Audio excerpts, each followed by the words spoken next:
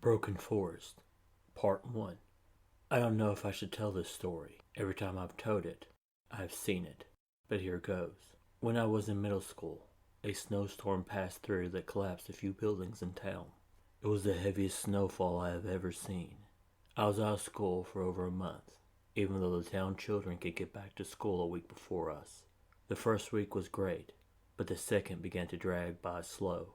The snowstorm had passed, clouds gone, and the night sky held a full moon. It was perfect for a little bit of exploration. I still brought along a flashlight, however. The full moon lit up the night.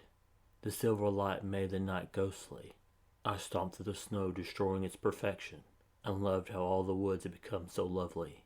Further and further I wandered from the house along trails which the snow had covered, but were still a bit visible. Soon the paths I knew started to dwindle, and a few clouds slid across the sky.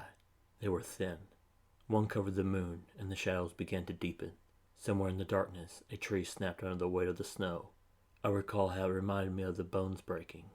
The snow plopped to the ground, and I heard other trees groan under the weight of snow. For a moment the forest grew totally silent. A tree snapped somewhere in front of me. The sound bounced off the hillocks and made me jump. Another followed. A few seconds later, another, which was a lot closer. I whirled around. Snow fell from the broken tree, and in the flashlight's beam, I saw a tall man standing in the falling snow. Snow fell through him like he was only a shadow. The flashlight's beam passed through him, but I could only stare at its eyes. Two green orbs stared at me.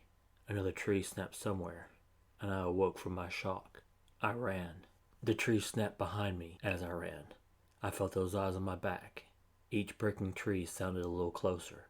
I followed my footprints in the snow. I saw all the lights of my house. I ran into the yard. The sound of snapping trees stopped at the yard's edge. I looked for the green eyes. Trees snapping went left then right, before coming back to where I stood. Nothing. I watched for the shadow man, but all was silent, except for my heart, which felt ready to burst. No sleep came that night, and I could not bear to look at the windows. That was the first time I saw it.